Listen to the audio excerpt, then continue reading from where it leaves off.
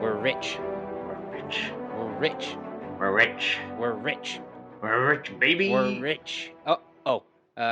Hi everybody. Welcome to the Comics and Cinema Club. I'm Matt. We're rich. I'm Drew.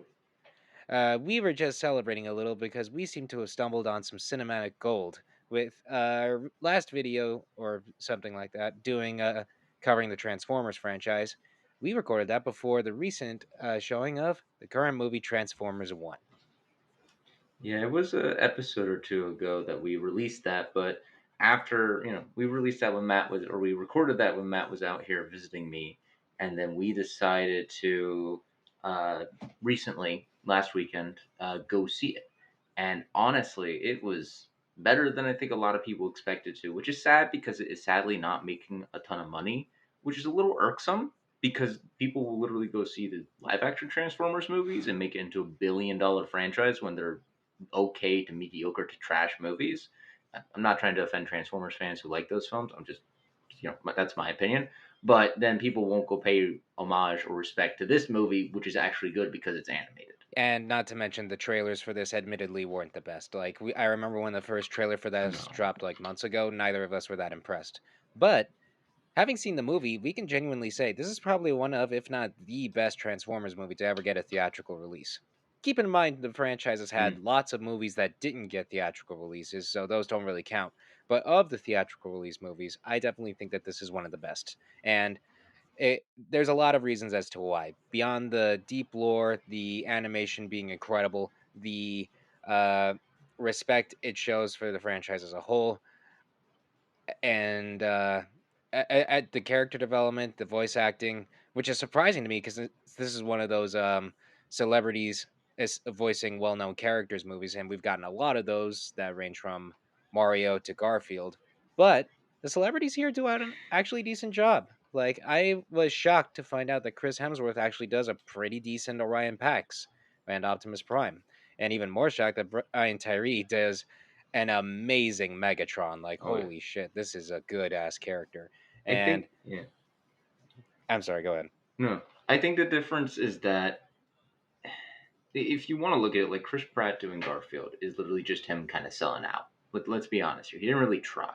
But on the other end of the spectrum with like him when he was Super Mario Bros, you had Jack Black actually trying as Bowser. You had um, Anna Taylor Joy actually trying as Princess Peach. You had uh, Keegan Michael Key, who was in the Transformers one actually trying as you know, Toad. Like there was actually attempts made, and that's what really stands out. And that's what stands out with this too is that they're actually trying and actually putting in the effort with the voice acting. It's not just like, hey guys, we got Chris Pratt for the 20th time. Hey guys, we got your favorite celebrity to be this character that they really don't fit. Like Chris Hemsworth fit from Optimus Prime, and Ryan Henry Tyree fit for Megatron. Like they did a really good job exemplifying and building those characters. And ScarJo did a pretty good job as Alita 1, too. Yeah, Alita she as a really did. character is someone who's been through a lot of depictions over the years, and a lot of them weren't the most flattering. But here, this is basically a lot of what she really should be. She's headstrong, she's determined, she uh, doesn't have a lot of patience for characters and their, quirky personalities. But uh, this is what I think of when I think of Alita 1, because it's between. It's like the perfect balance between the absolute sociopath she was in the IDW comics and basically the blank slate perfect girlfriend for Optimus Prime that she was in G1. So it's kind of a perfect balance there. And I don't even want to go into the one from animated because holy shit, she was Mm. tragic. But nonetheless, the strength of this movie really is the characters because admittedly the first act of the story isn't really the best. It's very Mm. cliche. There's a lot of moments that are just like, oh, we're doing this, and it has a big race as lots of kids movies do. It felt very childish. But after the second act starts, things really pick up because we have this whole mystery, this quest, this conspiracy, and we learn more about what this Cybertron's like and how things operate in this universe. And it just grabs you. It really reels you in. At least it did for me. No, it did the same for me, and I do agree that this did have a bit of a pacing issue with the first act. It moved a little slow. It had a bit of a hard time getting started because, again, it was meant to be a kids' movie. It does not come across as a kids' movie when you get deeper into it. And I will say, from here out, it's definitely going to be like spoiler territory, in case that wasn't obvious. But Hmm. it definitely it does not come across as a kids' movie once you get deeper. They say like hell like four times in it, and there's a bunch of scenes, and we'll talk about in a little bit, that definitely go all out with it and they don't hold back, which was great. But the other thing is that, like Matt was saying, they had the obligatory like train, race thing that they had where like, oh guys, we have to do a big old race. And it was a fun scene. It worked, but it didn't really fit. In my opinion, if they had made it more that cave in was more of like a catalyst. The cave in happens. Orion saves them. He goes against orders. Alita gets fired or demoted.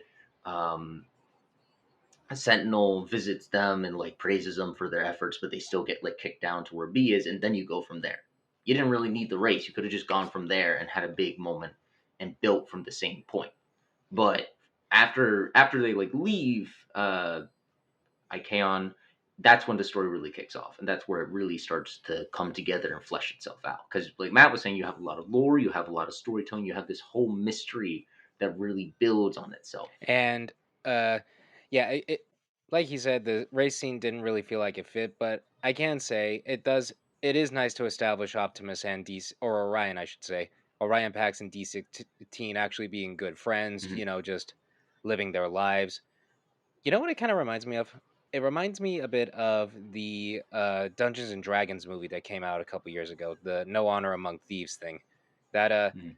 has a very cliche story, but what makes it Yeah. work is the humor and characters. So it's and the setting.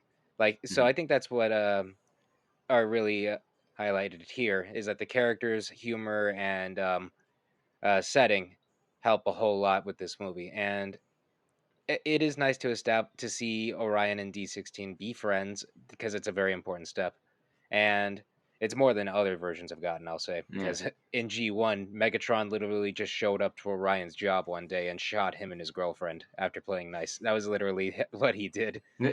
and then, uh, fun fact: there's actually a little reference to that episode in this movie because Oh. in the episode, Orion gets shot. He's really hurt.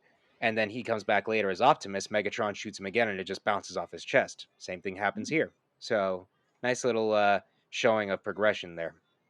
And I think, yeah. that's The that. humor. I'm sorry. Sorry.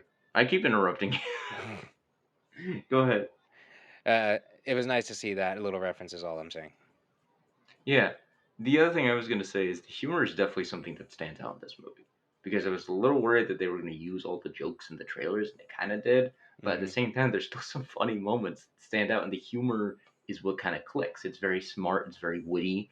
I think Matt, one of your biggest things was B got a little annoying after a little while with Yeah, some of his jokes and stuff, which I agree with. He was a little obnoxious at some points. Um, but that was meant to be like the kid aspect. Like, hey, we got Bumblebee here, guys. Let's just have him have all the jokes. Um, I still love the hey Darkwing, my finger can't transform, and doing the middle finger, and then also the whole like when Optimus or Orion is cornered and Darkwing's like, you can't even transform. Oh yeah, watch this. And he does this big whole like massive like intense sequence, and he just turns and runs away. Like that actually, I legit like laughed out loud in theaters. yeah, that has the same energy from the Dungeons and Dragon thing as. But we Yeah, approved your pardon. It's just like that. That had that yeah, same yeah. energy for me. That and I will always love. We're getting a little off track. I love the Monty Python esque scene in Dungeons and Dragons where they're asking like the dead guys Yeah, questions, and yeah. they keep messing up. Like, is that why did you ask me that? And it wasn't directed at him. I didn't, and then he just dies. And I read somewhere too that apparently they were gonna try and use the Monty like John Cleese and the Monty Python troupe, but they were too old and they couldn't do it sadly. That's a But shame. it still is just like it's that same level of comedy and humor that works really well because you need it while you also have this great emotional friendship and decline with Orion and D16 Yeah, because you see this is how you see and this is why I fucking hate the Michael Bay movies, because there's so much stuff in those movies that would have worked so much better if they had built the relationship more. Like that line where fun fact, Matt. Literally last night I was at work and my coworker turned to me and he said, "Hey, what's your opinion on the Michael Bay movies?" And I just kind of I didn't really want to get into it, so I was like, "They're all right." And he's like, "Well, you know," and I said, "They're kind of pieces of shit." And he's like, "Well, wait, why don't?" And I turned to him, I just went off on them. I went off on why I did not like them, and one of the reasons why I did not like them is because there's this great line, and I think I said this in our Transformers talk in the third movie, where it's literally, "What would you be without me, Prime? Time to find out." And he goes at him, or "We were brothers once." Like, those are great scenes, but we don't get any of it. We don't feel the impact. Whereas here, you feel that impact. You feel the progression. You feel him slowly devolve into Megatron. And John Hamm as Sentinel Prime helped with that, being the sleazy sleazebag that he was and betraying all the Transformers in a surprisingly mature and smart subplot for the Quintessons. Like, and then like his devolution into Megatron just worked in that regard. Yeah, and it works a lot with the lore that's been established in other shows for these characters. Megatron typically is a person of the lower class who wants to rebel against a seemingly oppressive government, and his initial idea was that all Cybertronians be treated as equals.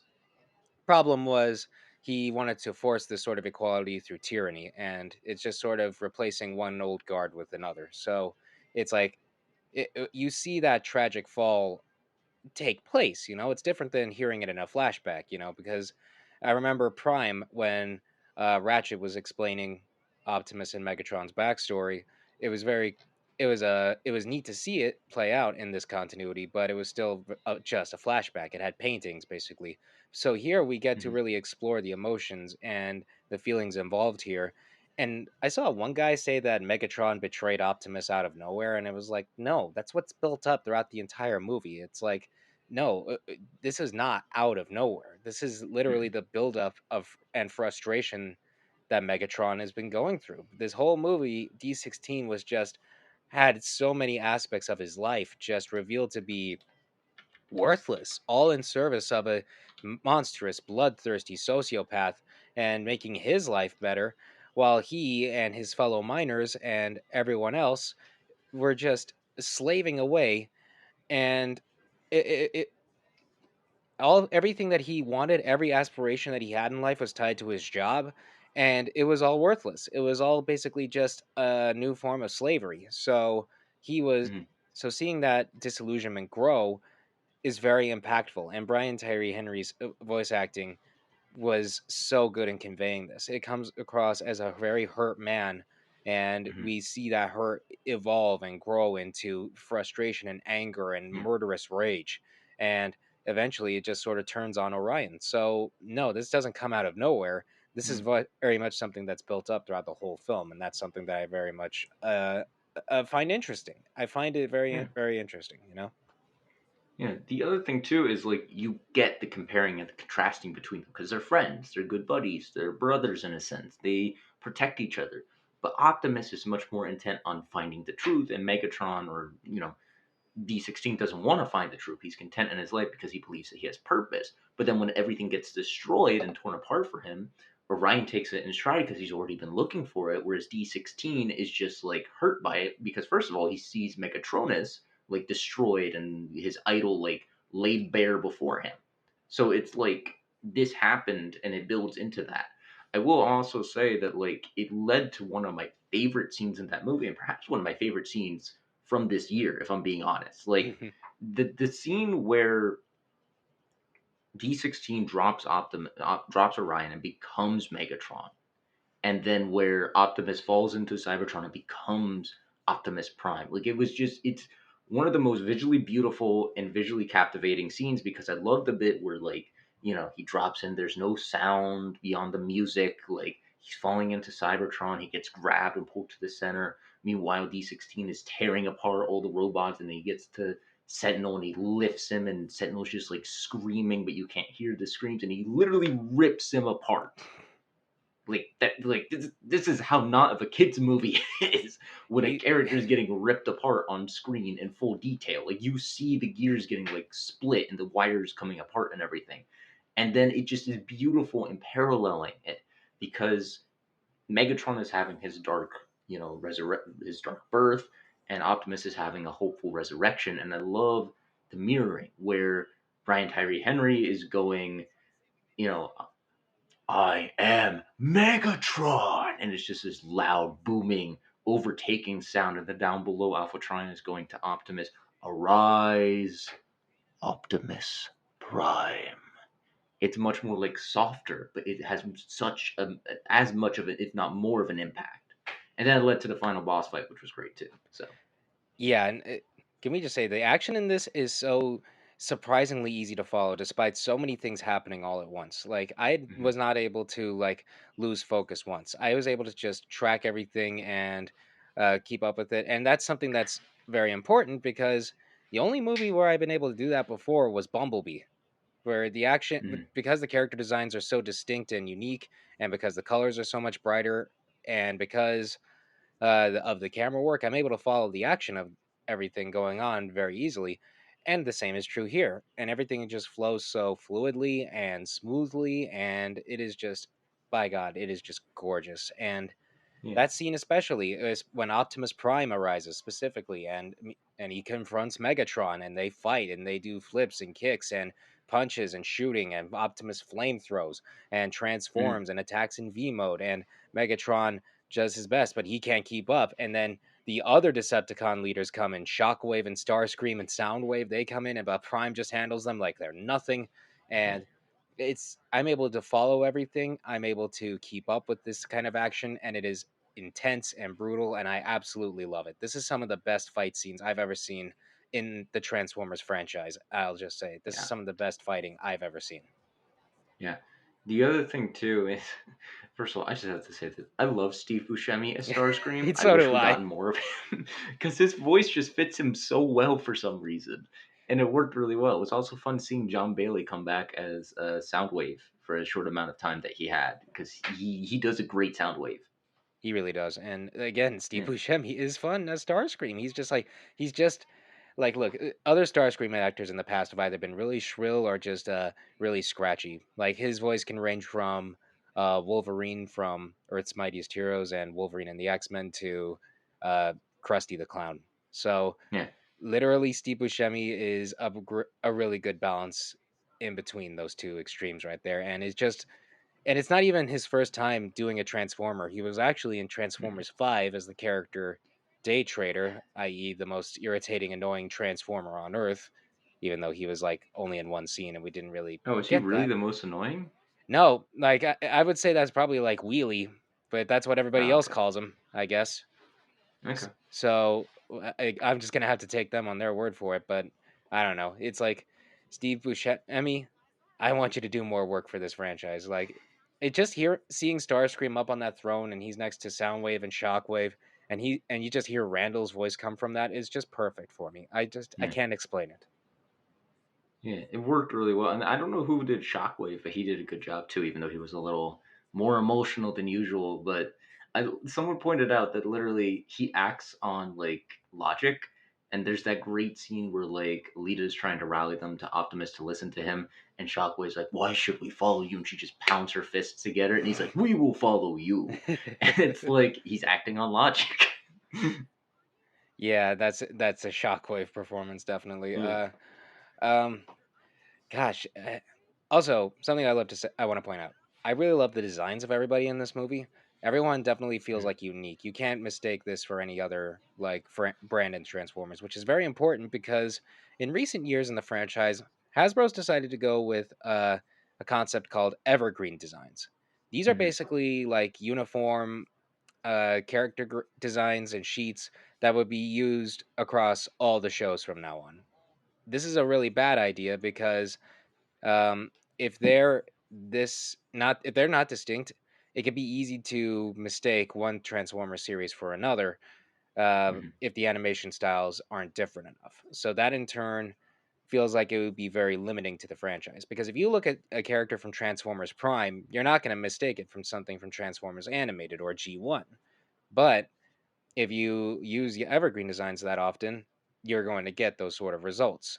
But Mhm. here, they definitely feel very unique, very smooth. I just love them, and I'm very glad that the franchise wants to try to move away from that idea because Mhm. I don't really think an evergreen design is a good idea, Yeah.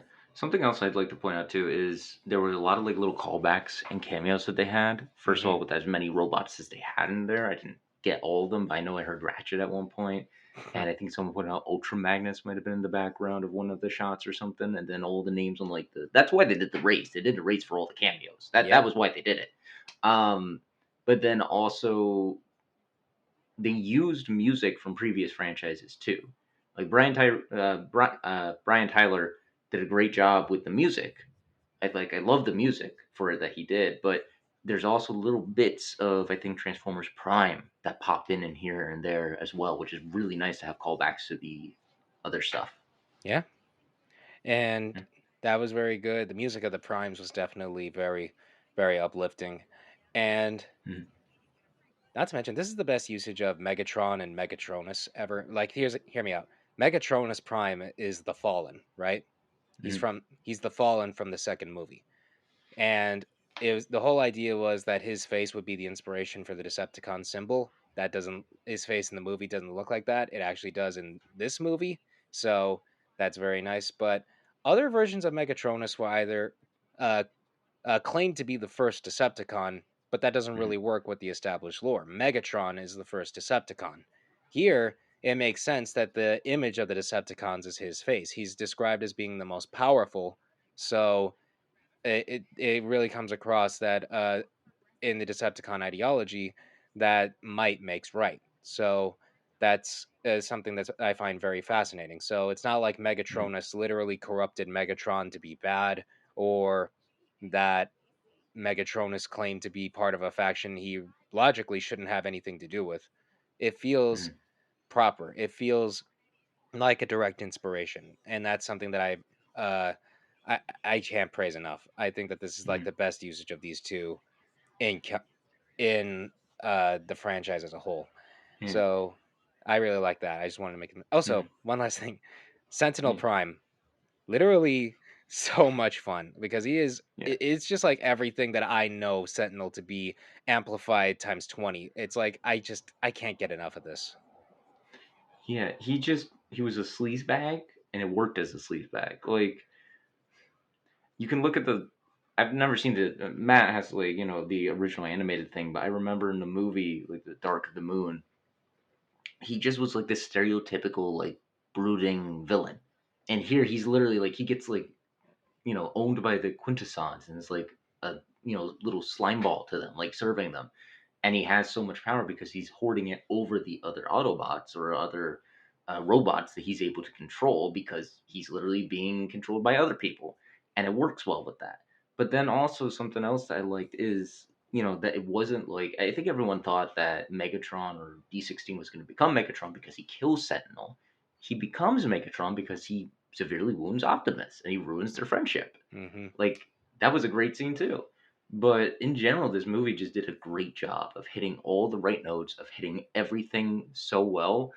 And this is the biggest thing that I take away is that I see people who like, and again, I'm not trying to hate on anyone who likes the Michael Bay movies, but when people say that they really like Optimus in those movies, and I watch those movies, and he's this bloodthirsty guy running around like, "Give me your face." Also, something about the Fallen guy, he looked like a pharaoh. He Hmm. did not look anything like Megatron or No, he didn't. Megatron. Like he just looked like a pharaoh. That's what he gave me the impression of.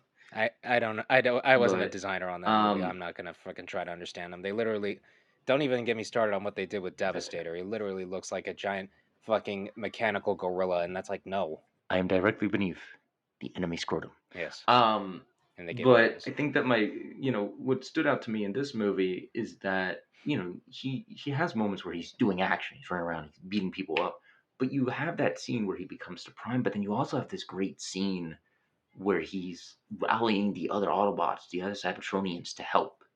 and he's taller than them, he's larger than them, Hmm. but he takes the time to get down to their level, to kneel and to talk to them and to inspire them. And that to me, as somebody who has never really been the biggest, Transformers fan, that to me is a great depiction of Optimus Prime. Is something the Skybound comics are doing. Is something that the Prime show did. That more stuff needs to do instead of making him like I'm gonna kill them all. Like you know, that's just how I view it. Yeah, and as a Transformers fan, I can agree. It's definitely Mhm. like the best portrayal in the movies that Optimus has had since the 1986 version. And Yeah. it's like, you know what it feels like? It feels like it's taking Transformers animated and fusing it with Transformers Prime in terms of lore, style, and characters. So that's something that I Mhm. think is very neat. And uh, overall, I'll just say Transformers 1, while it may have some issues in the first act of the story wise, it more than makes up for it with its characters, heart, humor, action, and overall respect for this franchise. So, an absolute thumbs up from me. And I do recommend this movie though. It's a great movie. It has some great moments, some great action, good heart. That's something I love when a story is able to do action, but also have great heart and great emotion, and treat the audience like adults. Like they didn't just make this movie for kids. There are definitely kiddie moments to it, like we were saying, but they made it, and mainly with. And I will say this: Keegan Michael Key did a great job as Beat, even though he was a little annoying in some spots. What he did was great, and I also saw something. He's a massive Transformers fan, apparently. Like he loves it, so it's great to see him get a chance to star in something like this. But I also just think that you know when you're able to make a movie like this feel like it's not talking down to the audience, not treating the kid like kids, but like adults, that's when you have a good movie. And something else too is while I recommend people go see this, I do Hmm. think it's going to get crushed in the box office this upcoming weekend with the Wild Robot. I think the Wild Robot will hopefully do the same thing, and I'm looking forward to the Wild Robot as well. Though I do recommend seeing Transformers One before the Wild Robot. Yeah, totally fair. And also, if we, just in case, like anybody who works at Hasbro sees this, because I know you guys watch like review online reviewers of people who talk about Transformers. Because fun fact, here's a little fun story for you, Drew. In an episode of Transformers Cyberverse, which was one show that was a couple years ago, uh, there was a list written out in Cybertronian languages, say for like a little petition that had a whole bunch of famous Transformers reviewers on there, and everybody who saw that felt so uh, grateful, so happy to see it. It's like a little sense of acknowledgement. So since we know that you guys at Hasbro watch this, all I want to say is thank you very much. Your hard work is still very much appreciated, and I really really hope you have the chance to keep at it and give us a really good sequel. So thank you so much at Hasbro. Yeah, hopefully you guys were able to make a sequel and to make good stuff like this. Also, can we get a sponsor, please? Just a tiny no. If you guys are listening or watching this or giving it a listen, also nice, cinematic like intro thing that you had with it, like you know, you know what I'm trying to say, like when shoot, like a company logo for the opening of the Yeah. movie, sort of like MCU kind of style that they did with the Hasbro logo at the start. It went through like all their toys and everything, which was kind of fun. So So yeah, yeah, that'll be our review. And if you'll excuse us, we have some gold to mine. We're rich. we're We're rich, rich. we're We're rich, rich. robots We're in the rich. skies. Anyway, talk to you guys later. Bye.